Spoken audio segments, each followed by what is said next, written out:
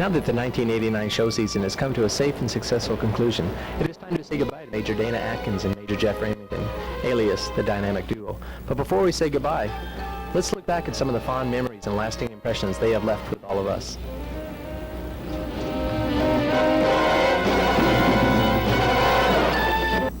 Our story on Dana Atkins has brought us to his hometown of Portland, Oregon, where going back to his high school, we have discovered his high school speech teacher, Miss Repeat-A-Phrase.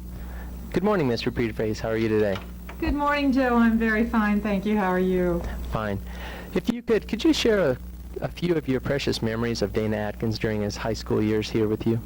Oh, why, yes, I would be glad to. Dana, of course, was one of my best students like that. Even when he was a child, he was quite thoughtful like that. He always brought me an apple every day like that. And as a matter of fact, he still does. I just got this one from him today like that. Even though now he's in his early 30s, he still thinks of me.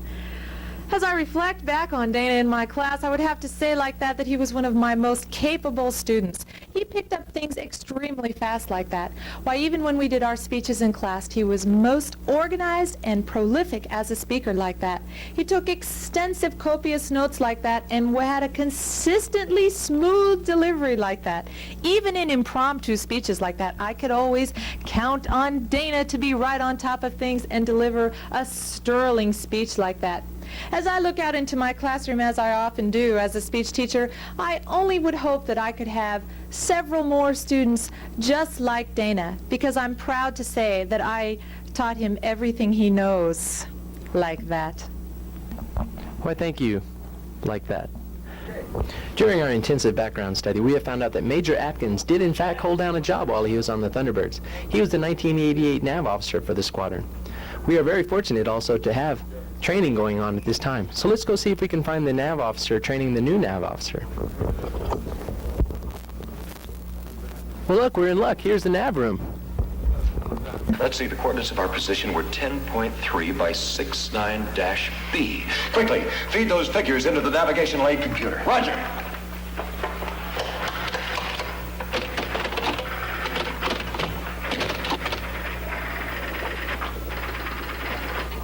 Negative. No. Let's see if we can find the Nav officer in the Nav Room here. Ah, here we go. This is the way.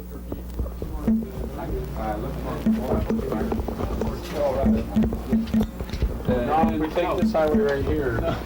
Captain Posner, how you doing today? Wait a minute, Steve. We got some guests. We understand that there's some training going on for the new Nav officer. Would you be so kind as to explain to us how Major Atkins? Well, sure, Joe. Here. We'll show you exactly how Dana trained me. Steve, have a seat. Thanks, Ed. Okay, welcome to the squadron. And as the new wingman in the Diamond, you take over the responsibilities of navigation officer. It's a very serious task, something that Dana conveyed to me early on last year. Okay, the first thing you need to know is the navigation bag of tricks. This bag right here was given to me by Dana Atkins. All the tricks that he had for his particular trade are located in this bag. What you need to do is, and this is probably foreshadowing of his upcoming staff tour, is anytime you get a navigation-related question, you need to get here and start shuffling papers with a thoughtful look on your face. Don't worry about it. Just look thoughtful and tell the boss, hey, I can get that answer for you in about 10 minutes, boss. But here, hold that. No, don't hold that. But that's on the road. Before we go on the road, though, what you need to do is you need to be able to get the flight plan done here in the squadron. But fortunately, Dana, in all his infinite wisdom, put together a very intricate filing system, a very, very intricate filing system. And it saved all the corporate knowledge of every navigation officer in the entire history of the team. And here it is, right here. This is great, isn't it?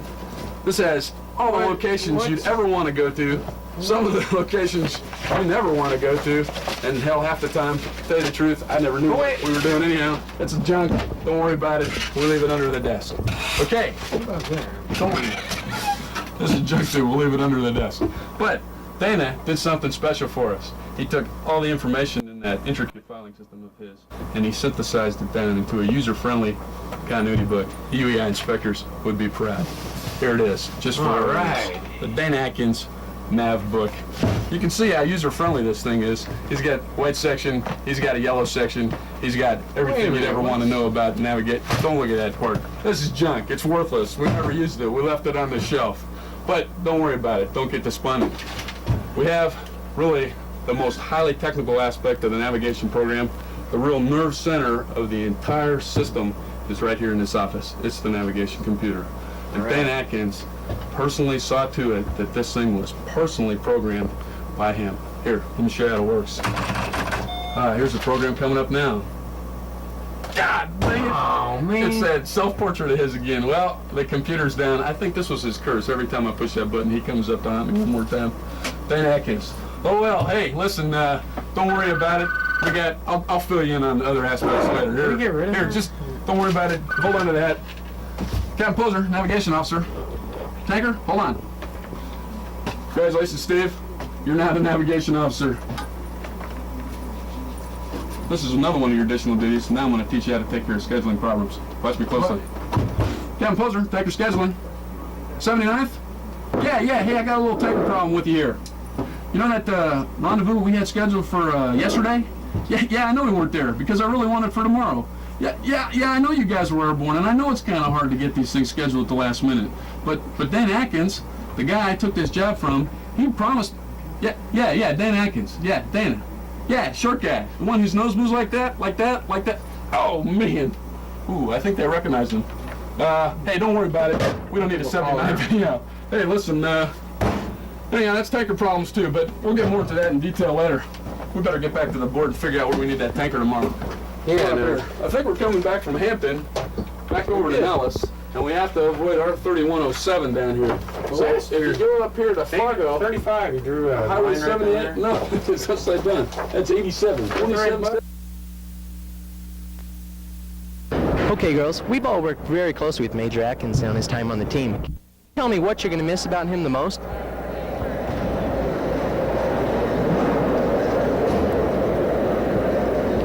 His buns. His great buns. We're out here at the Nellis Golf Course. We're going to try to catch one of the greenskeepers here and see what he has to say about Dane Atkins. Excuse me, sir. Yes. How you doing? All right. Do you know a fellow by the name of Dana Atkins who golfs out here frequently? Dana Atkins.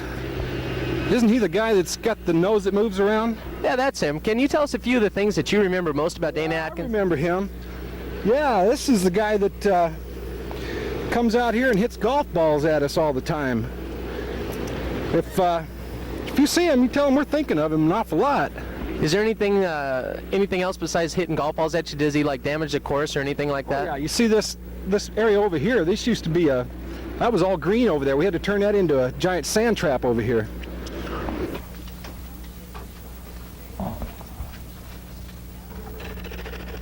Captain Henderson, as the oncoming left wingman, can you tell me what you're going to remember the most about Major Dana Atkins?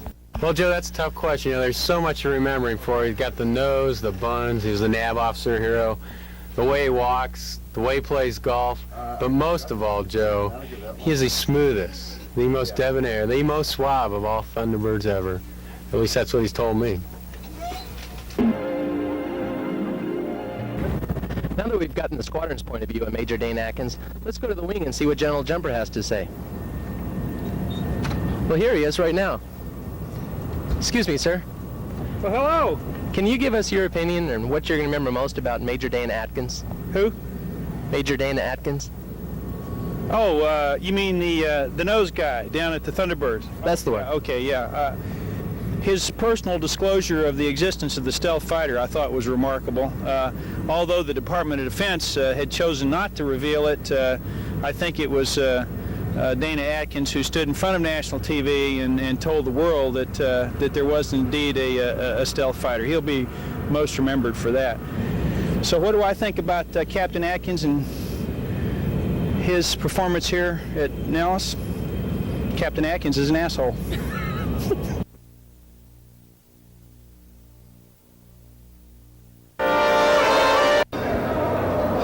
With us now is Lieutenant Colonel Steve Trent, the commander-leader of the United States Air Force Thunderbirds.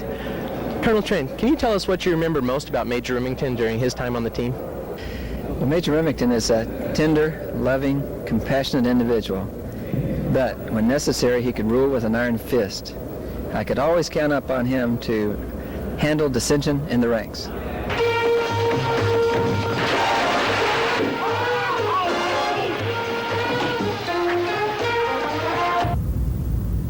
We're out here to talk to Captain Tim Hoy about what he remembers most about Major Remington on the golf course.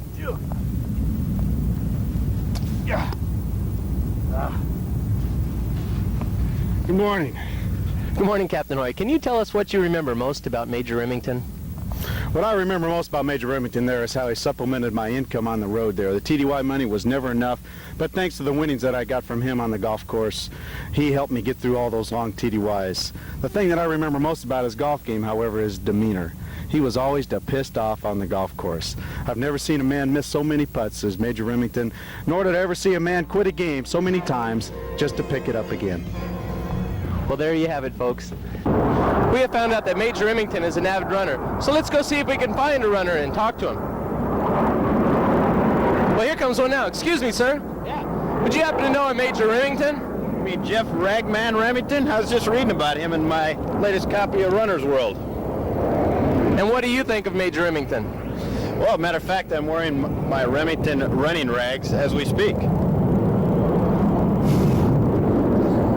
So there you have it, ladies and gentlemen. We have found out that Major Remington is an inspirational runner to us all. And now let's talk to Major Dave Janek. Major Janek, what do you remember most about Major Remington? First of all, early this year, I can remember Jeff helping me find show center and correct my lefts and rights just using the videotape. I was really impressed. What I most remember about Jeff is when he made the rare error. He never argued about it in a debrief. However, he did give new meaning to the phrase, "I don't get mad, I get even."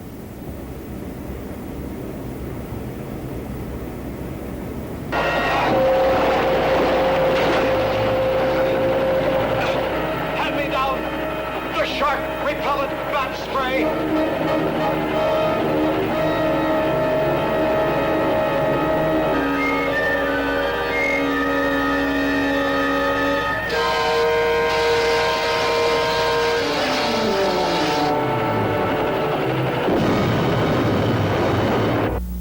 We're here with Captain Mobile to get his impression of flying with Major Jeff Remington. You just got down with Major Remington. Can you tell me how your flight was? Yeah, it was smooth as glass. Flying with 5 is just poetry in motion. Pretty rough ride there, wasn't it? Up there, how about? Back there! We're in the life support section now, talking to Chris and Steve. Can you both tell me what you're going to remember most about Major Remington? His boots. And what about his boots? Well, I can remember when he used to get in the van after the autograph line, how tempting those boots looked if I could just close the van door on them. I remember, can't remember specifically the show stop, but we were in the van and I remember the tapes out of the jet fell on his boots. And he just went nuts, Joe. I thought he was going to climb out the window and start attacking people. Well, you know, as it just happens to be, I have 5's boots right here. Let me see one of these.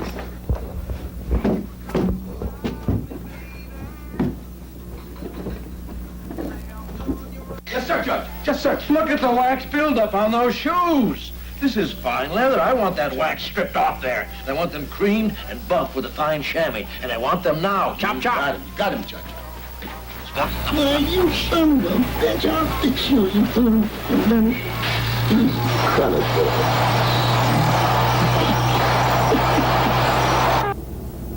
Well, we're taking a lot of shots at these guys, but sure has been fun. Yep, they deserved them all. Yep, it's going to be tough seeing two of the finest, most outstanding Thunderbirds depart this squadron. I think we ought to propose a toast to these guys. Dana? Jeff? Here!